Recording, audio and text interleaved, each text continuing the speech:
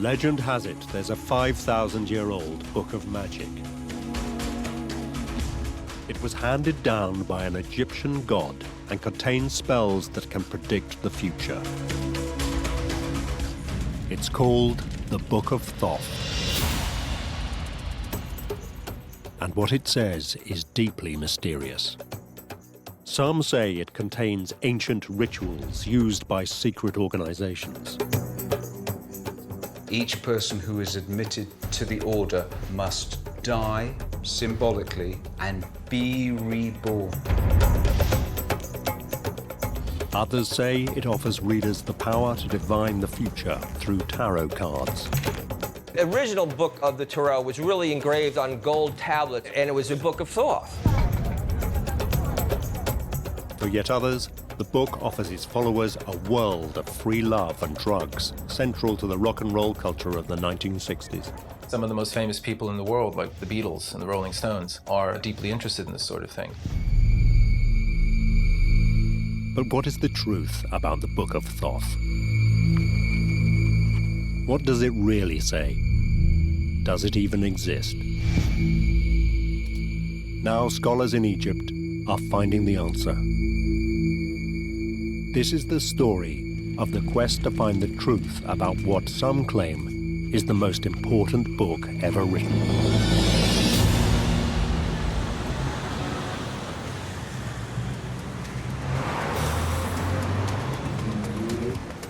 Central London. Among the hustle and bustle are bookshops specializing in the occult and esoteric. They sell everything from books on ancient wisdom to magic charms. But one of the most common images is that of an ancient Egyptian god.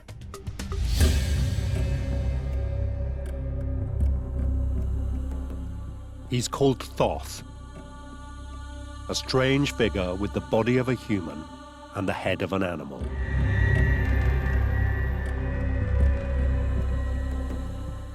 And on the shelves are copies of his book, the so-called Book of Thoth. 5,000 years after the Books of Thoth were originally composed, they are still beguiling modern people. I get asked to talk at conferences where the imagery above the stage, on the name cards, is a figure of Thoth. So who was Thoth? And why does a text from an age dating back to the pyramids exercise such a pull, even today? The answer lies in a tangled tale that started over 2,000 miles away in North Africa.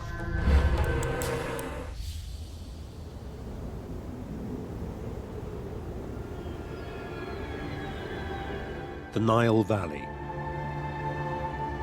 For years, at sites across Egypt, archaeologists have been uncovering what is probably the greatest civilization of the ancient world.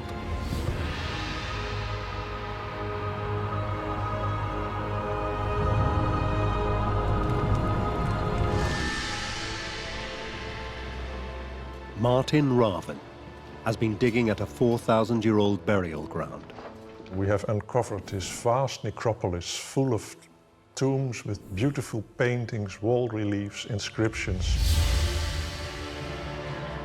Digs like this have revealed that ancient Egypt had a sophisticated culture, a complex belief system, and a pantheon of gods. One of the most important was Thoth. He appears as a human body with the head of an ibis, or as the figure of a baboon. Ancient Egyptian gods were invisible, but if they wanted to manifest themselves to our poor eyes, they needed a bodily form. Many gods had a sacred animal that was thought to be connected with them. The baboon, a monkey, looks very wise sometimes, very human-like. He must have deep thoughts. So he was connected with the god Thoth. The other sacred animal is the ibis. He's very quiet, he walks through the marshes, through the mud, but he looks as if he also has very deep thought.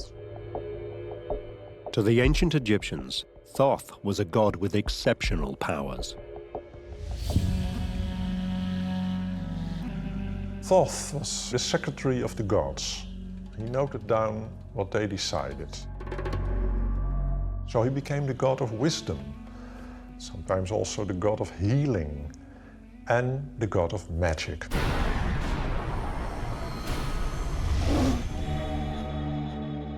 According to legend, Thoth handed down this magic to mortals in a book. It was said to grant its readers amazing powers. Ancient Egyptian literature has it that the Book of Thoth contains esoteric or magic wisdom, secret wisdom, that would allow an individual to communicate with the gods, talk to animals, to access the afterlife, these kinds of things. There's a wonderful story about a very important magician who found out where this Book of Thoth is kept, and he appropriates it.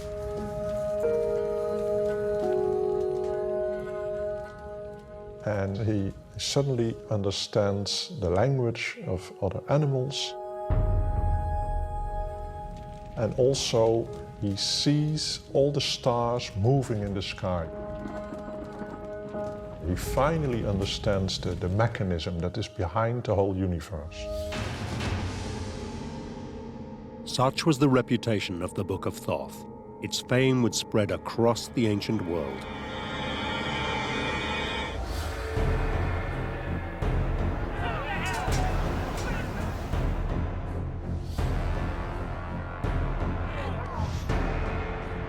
In the 3rd century BC, the warrior king Alexander the Great invaded Egypt. The Greek occupiers were amazed by what they found. They were overawed by this ancient civilization with wonderful buildings, the pyramids, statuary, all of the fabulous stuff that we see today, but then it was in its full glory.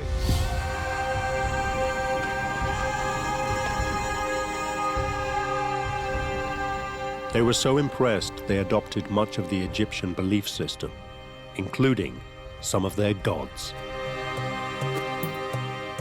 One of them was Thoth.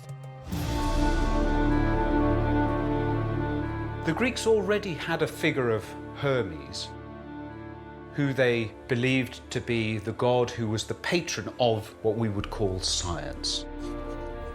He was the inventor of writing. So they came across the figure of Thoth, who the Egyptians believed was also the inventor of all the mathematics, the geometry, which had enabled them to build the pyramids. So the Greeks associated their figure of Hermes with the figure of Thoth from ancient Egypt. The Greeks declared that Thoth and Hermes were the same god.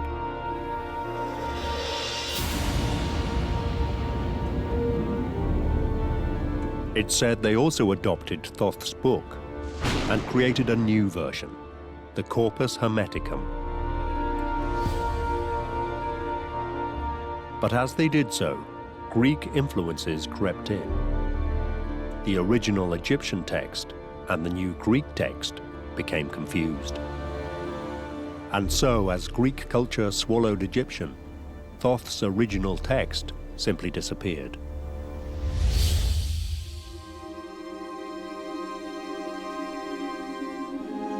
One legend relates that a last copy of the original book was buried alongside the inquisitive Egyptian magician who'd read it and discovered the secrets of the stars.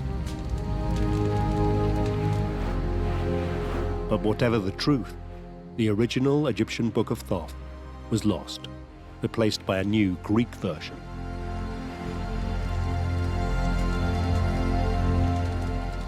The original text would not be rediscovered for thousands of years.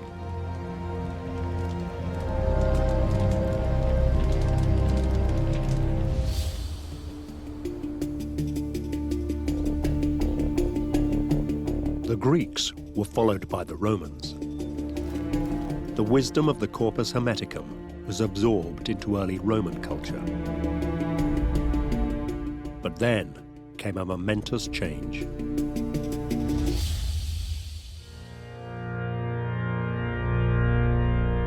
Christianity spread across Europe.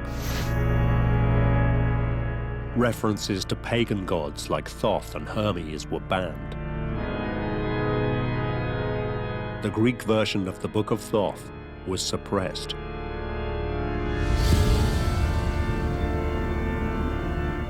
With the rise of Christianity, and especially with Christianity being adopted by the Roman Empire as the official religion, this older pagan philosophy gets wiped out.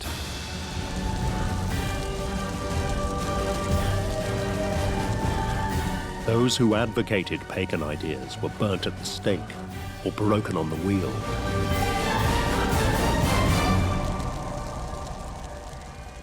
The general kind of ravages of intolerance and conquest led to the loss of the Corpus Hermeticum. First, the original Egyptian Book of Thoth had vanished. Now the Greek version, the Corpus Hermeticum, disappeared from sight too. Whatever had been written in the Book of Thoth seemed to have been lost forever.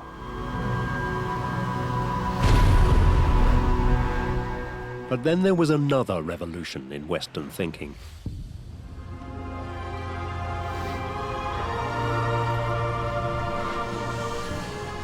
In the 1300s, the Renaissance arrived in Italy.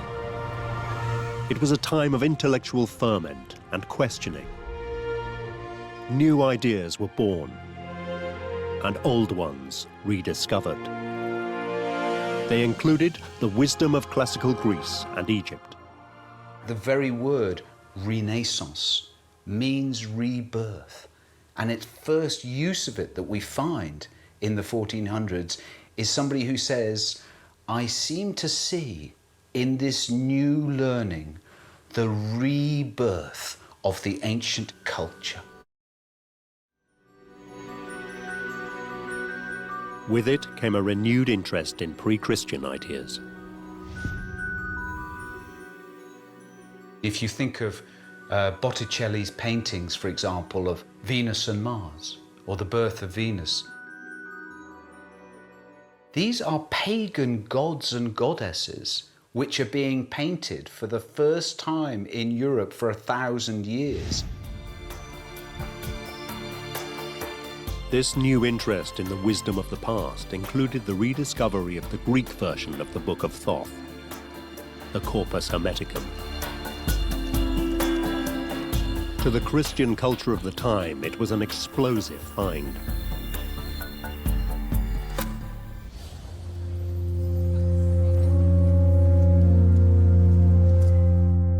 The Catholic Church had been ruling Europe for over 1,000 years. There was a growing sense it was overbearing and overpowerful. The institutions had become terribly corrupt. The office of the Pope had been thoroughly discredited, indulgence were being bought and sold. The Church had fallen into a very low respect by even the common people.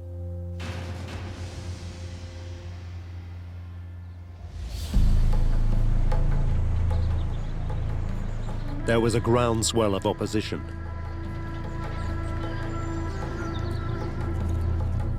People began to look back to classical Egypt and Greece for alternative religious inspiration.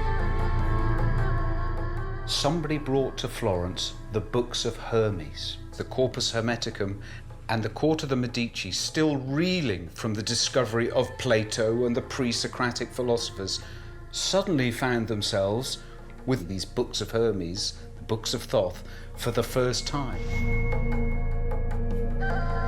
The Greek version of the Book of Thoth was translated into Latin and published in Italy.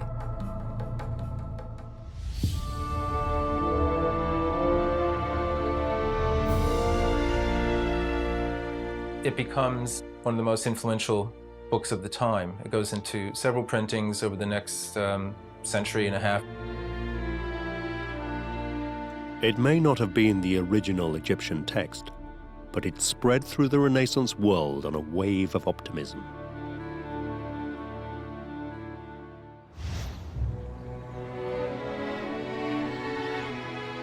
What made the message of this Greek version of the Book of Thoth so exciting was its vision of man's place in the world. For those seeking to challenge the orthodoxy of the Church, it came as a revelation. It was a completely different view of mankind, not as a fallen creature who, after being booted out of the Garden of Eden, wandered, lost. The discovery of the books of Thoth was saying, no, man has an exalted position within creation. The message of the Book of Thoth seemed to be saying that man was more than a servant to the gods. Not only did he have the same powers as the gods, it was his duty to use those powers to create a better world, a more beautiful world. Thoth seemed to offer a new vision of the importance of man's place on earth.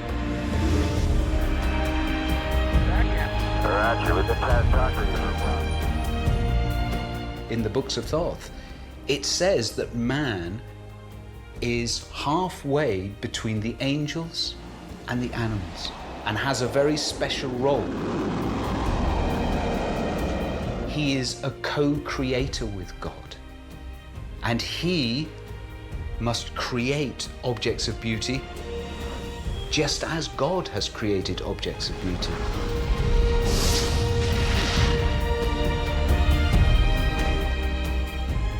There's this whole idea of optimism about man, about the powers of the mind, the imagination, the ability to understand the world. To many people, the Book of Thoth seemed to offer an intensely attractive vision of mankind.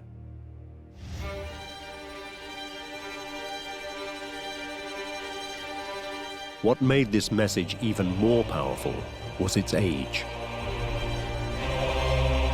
It seemed to come from a purer time, before the Church had been corrupted. If you were a Renaissance man, the idea was formed in your mind that if we could somehow restore this ancient wisdom to its proper place, we could once again live in a pristine world. So what was old was really good. And dating apparently from ancient Egypt, Thoth's knowledge was as old as any in the world.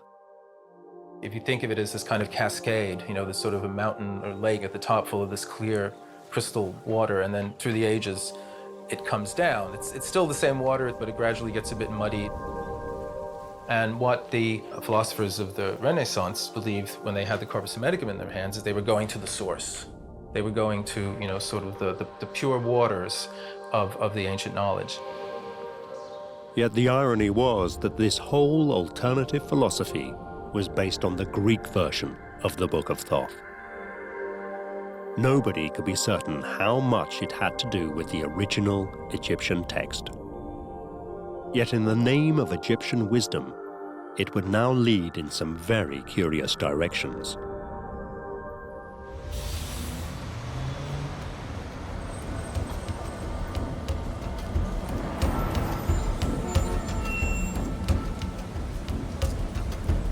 In the early 1700s, the first Grand Masonic Lodge was established in London. It would grow into the most powerful and successful secret society of all time. An organization of politicians and presidents, business and civic leaders.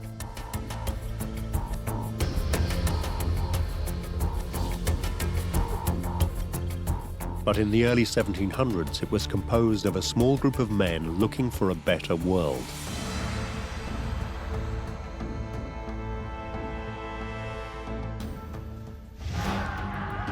It was a time of war and intolerance.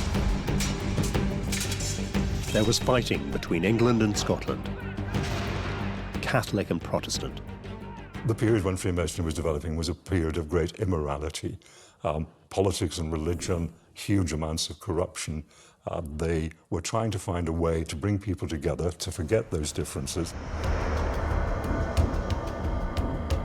The early Masons cast around for inspiration. They found it in the Renaissance rediscovery of the ancient world.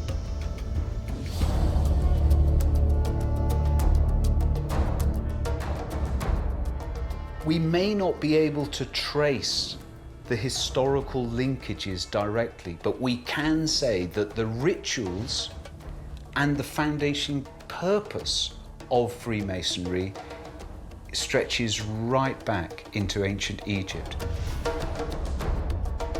Like Renaissance man before him, the early Masons were beguiled by Thoth's can-do vision of mankind.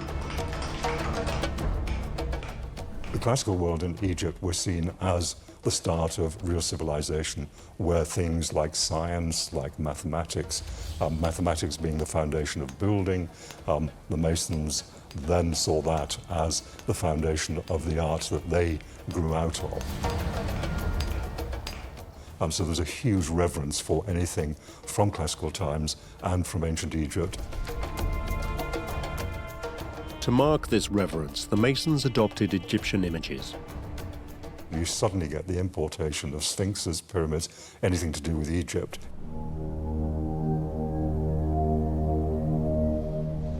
We're sitting in Freemasons Hall in London, and lodge room number 10 there is a superb example of a restrained Egyptian architecture.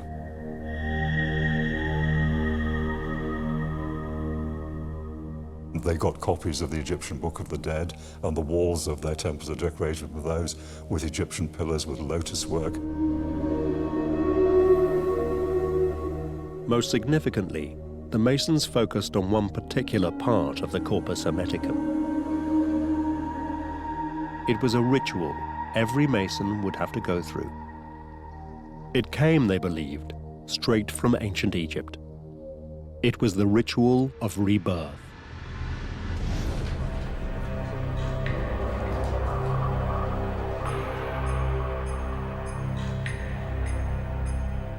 Each person who is admitted to the order must die symbolically and be reborn as a new person. And this idea of rebirth, it's central to the books of Thoth, to the Corpus Hermeticum. And Thoth appears again in all his majesty, just as he had for the ancient Egyptians, as the figure who would grant all knowledge to the initiate and also guarantee them personal immortality. A new era claimed to have rediscovered the ways of ancient Egypt, even though the text they'd based it on was Greek. But nobody could say what was in the original Book of Thoth. As a result, there would soon be several other versions of it.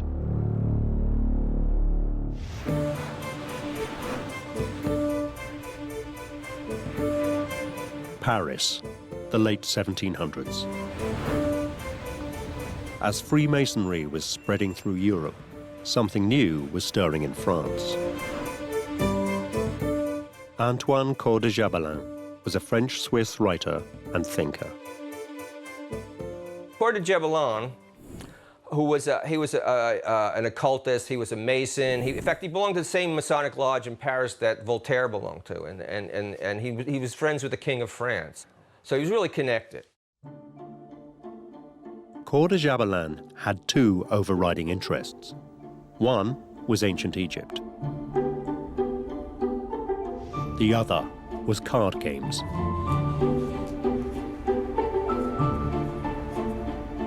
Cards were a popular pastime.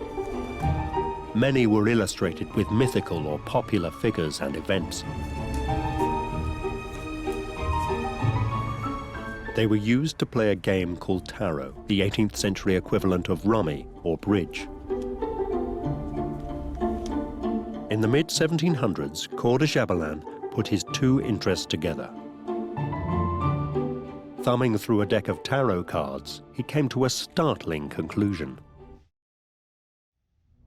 So he starts looking through the deck and he goes, wow, this is based on Hermetic philosophy. And then he starts looking through the cards and he starts realizing that they all seem to be about the most important book in the world, the Book of Knowledge, the Book of Thoth.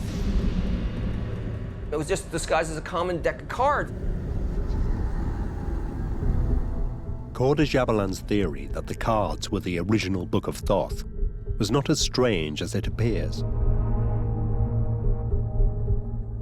He knew that the Egyptians would have used hieroglyphics to write the Book of Thoth. Hieroglyphics are pictures, so are tarot cards. It therefore made sense to him that the original Egyptian wisdom of the Book of Thoth could have once been represented by pictures on cards. It just needed somebody with the insight of Coeur de Jabelin to discover it. So here we had this set of cards that were in pictures, but this could actually be this hieroglyphic book. So this could be the Book of Thoth. In 1733, Coeur de Jabelin announced his conclusions in a new book. It made the entirely novel claim that the Book of Thoth, lost for 5,000 years, was actually a pack of cards. He even claimed the word tarot derived from ancient Egypt. He said that the word tarot, he felt was an Egyptian word, which proved that the tarot was Egyptian. And he said that it was the Egyptian word tar-ra, which meant the royal road, being the royal road to knowledge, suggesting that it was the Book of Thoth. It didn't seem to matter at the time that nobody could read Egyptian hieroglyphics. Coeur de Jabelin believed he'd stumbled on a profound truth and discovered the original Egyptian Book of Thoth. His book would generate widespread interest.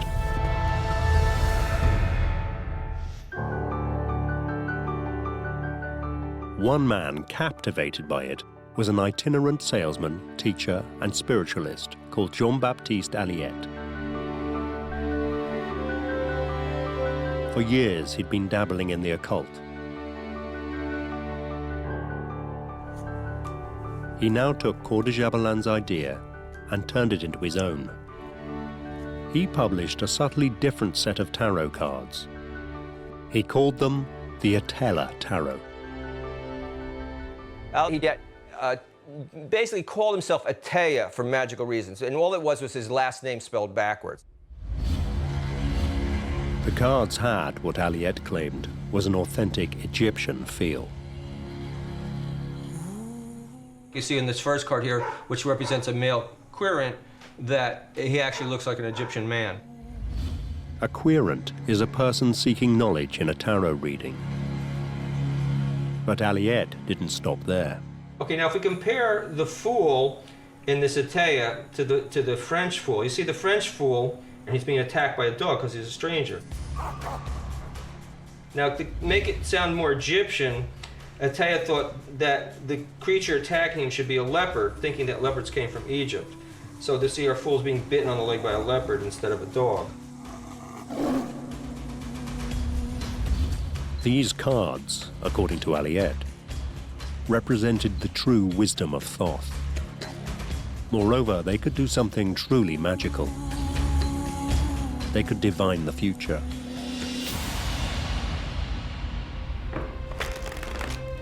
In 1788, Aleister formed a Society for the Interpretation of the Book of Thoth. It was a society dedicated to the reading of his tarot cards. Just going to go and look at the long term up here. So what we've got here is definitely... Nearly 2,000 years after it had vanished, it was now claimed the original Egyptian version of the Book of Thoth had reappeared, thanks to the work of two Frenchmen. The legend of the Book of Thoth had taken another twist.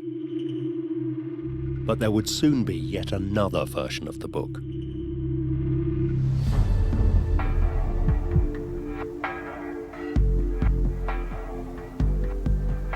In 1904, a strange and idiosyncratic Englishman traveled to Egypt. He was called Aleister Crowley, a leading member of an occult society called the Hermetic Order of the Golden Dawn. Crowley, he thought he was an artist, a painter, a poet, a great magician. He was going to be something great. He just knew he had greatness in him. He even saw it in his name. Some people pronounce his name Crowley and some Crowley. In his own writings, he said it's pronounced Crowley, it rhymes with holy. One day in Cairo, he claimed he was told the ancient Egyptian gods had a message for him.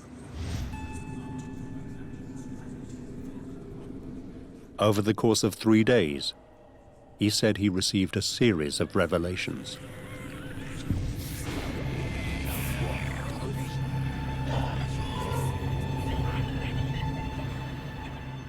He sat in his study at his desk with his writing materials, and then this being came in that was sort of like transparent, and came and stood behind him over his shoulder, over his left shoulder, and dictated to him what to write, and he just wrote it down. Crowley had no doubt who was speaking to him. Basically, this is message coming from Thoth.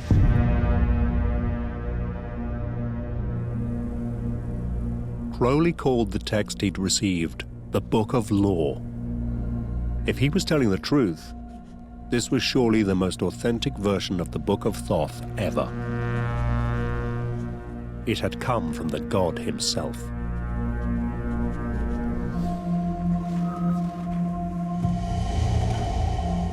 Crowley described it as a gospel for a new age. His version of the Book of Thoth consisted of a series of tenets. So line 3 says, every man and every woman is a star.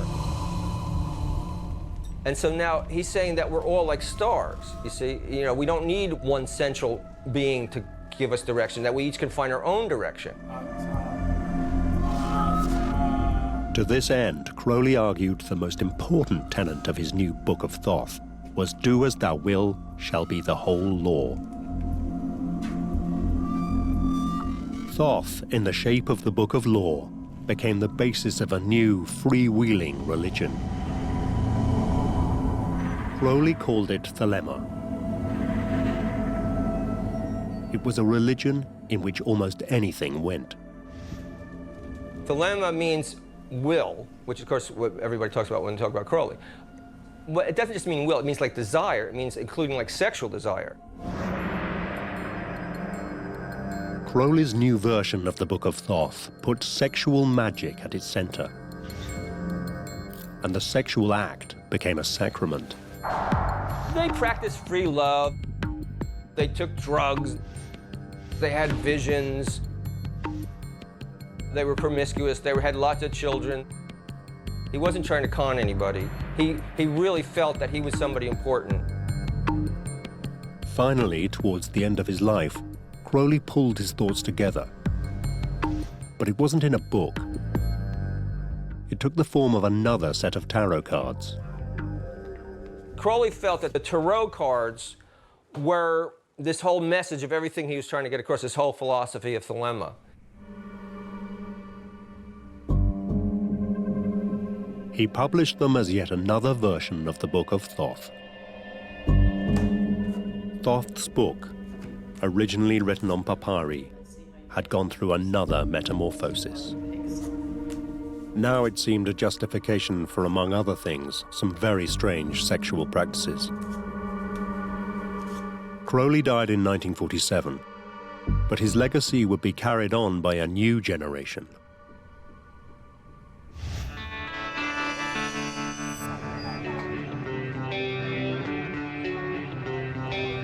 (1960s) Britain. Crowley's version of Thoth was adopted by the rock and roll counterculture. His face even appeared on the cover of the Beatles' Sgt. Pepper album. A decade later, one man fascinated by it was Gary Latchman, bass player with the 1970s new wave band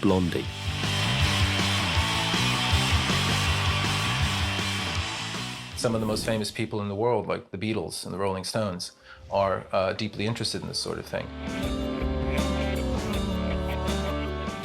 They start getting into meditation, they start checking out their tarot, they start being interested in their aura and a variety of different occult sorts of things. Latchman believes much of the counterculture of the rock and roll period can be traced back to the Book of Thoth. People are talking about the age of Aquarius, which is an ancient Egyptian tradition, this tradition of Thoth. This was something that was absolutely central to the 60s popular culture. But in a further twist, the New Age explorers were happy to take ideas from several different versions of the Book of Thoth. From Crowley's version of Thoth, they took drugs and free love. From the Greek version, the Corpus Hermeticum, they took the idea of a purer, more spiritual age.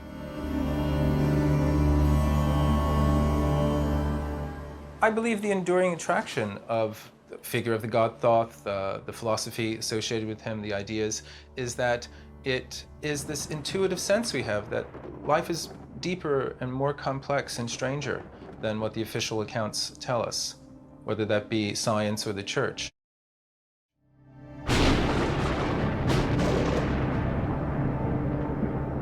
There are some very inspiring passages in the Corpus Hermeticum.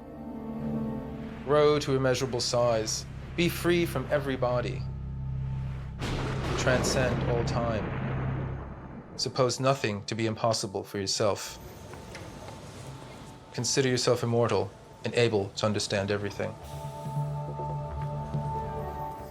Now, what strikes me as wonderful about that passage and many others in the Corpus Hermeticum is that it's showing us the potential of our own consciousness. It's showing us the potential of our own minds and spirits.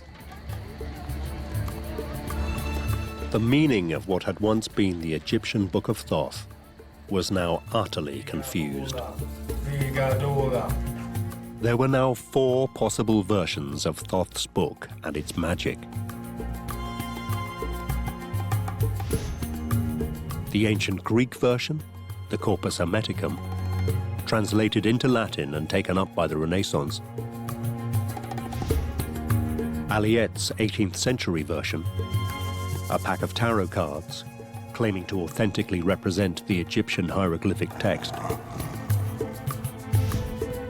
Crowley's sexually licentious version, a deck of tarot cards coming, it was said, in a message from Thoth.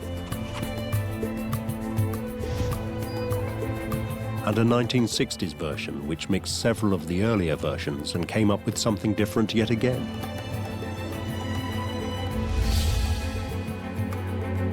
Four versions, all wildly different, all claiming to represent the authentic Egyptian Book of Thoth. But how could one book cover such widely differing interpretations? Do any of them, in fact, represent the original? Recent discoveries mean that today, for the first time, it may be possible to uncover the real truth about the Book of Thoth.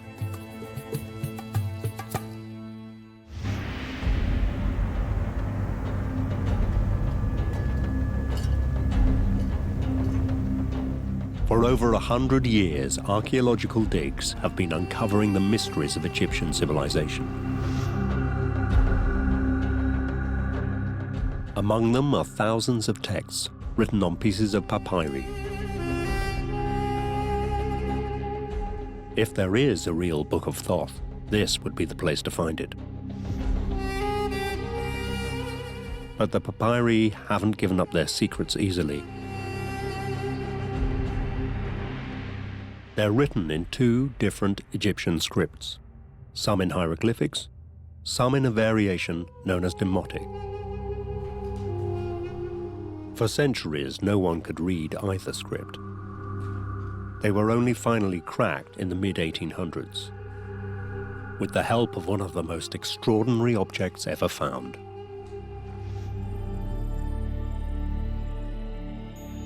It's called the Rosetta Stone. It had the same decree written in 3 different scripts: hieroglyphics, Demotic, and Ancient Greek. Before the discovery of the Rosetta Stone, people didn't know how to approach hieroglyphs. Essentially, they were just little pictures, and so people would try and describe what they see, treat them as symbols. In other words, the bird is in the house with the man, etc., etc. This didn't really bear much relevance to what the Egyptians were actually trying to say. The Rosetta Stone changed all of that. The Greek section could be translated. The hieroglyphic and the demotic sections said the same thing. So scholars could work back from the Greek and work out what the hieroglyphs were saying. That cracked the code entirely. Thanks to the Rosetta Stone, scholars are now able, little by little, to work their way through thousands of fragments of papyri. It's produced some intriguing results. As the fragments have been assembled and translated, Egyptologists have found explicit references to a Book of Thoth. There are also references to magic.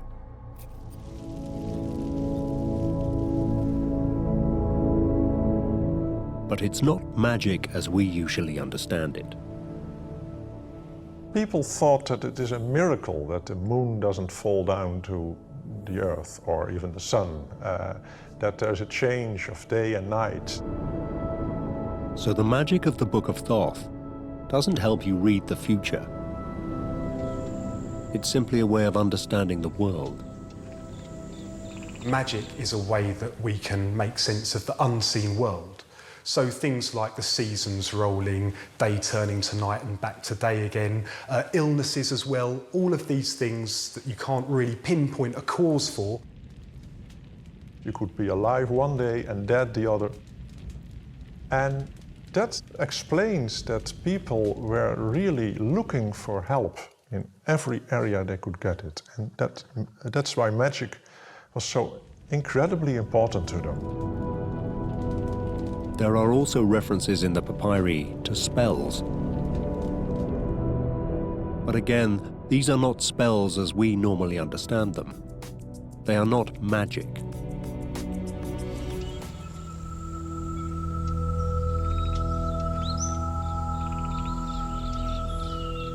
A spell catalogued by Egyptologists as Spell 15 reads, "May he grant that I see the sun disk and behold the moon unceasing every day."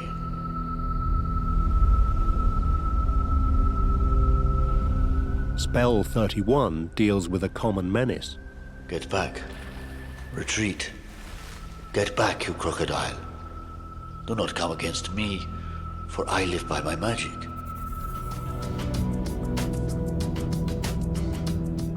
So these are not spells designed to perform extraordinary deeds. They're more like prayers. The word spell doesn't really help the issue because this is very much our terminology being imposed over the ancient Egyptian literature itself. So does this mean all the later interpretations of the Book of Thoth that see magic, supernatural powers in it, are simply misguided?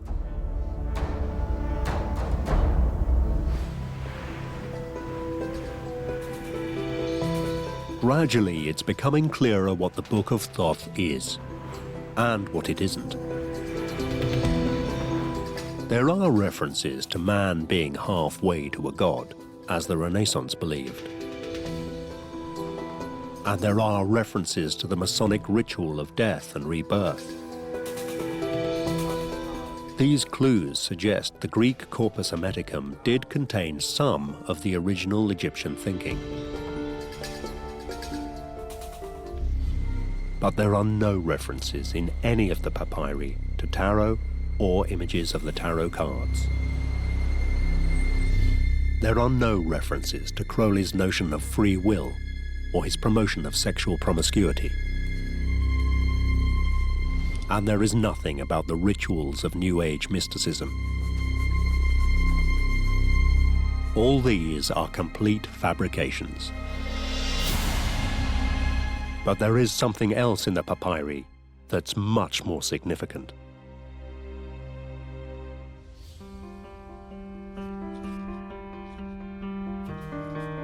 Today, scholars question whether the Book of Thoth ever existed as a physical object. Despite the mentions that we have, we're not convinced there's actually a Book of Thoth that we can one day find. Essentially, the references to a Book of Thoth or the Book of Thoth seem to be metaphors for the collection in its entirety of ancient Egyptian religious literature. There are various compilations of magical knowledge written down in different periods, and to those believers of that period, that was the real Book of Thoth. But when we put them all together, they are all so different that there was not one central tradition. The Book of Thoth never existed.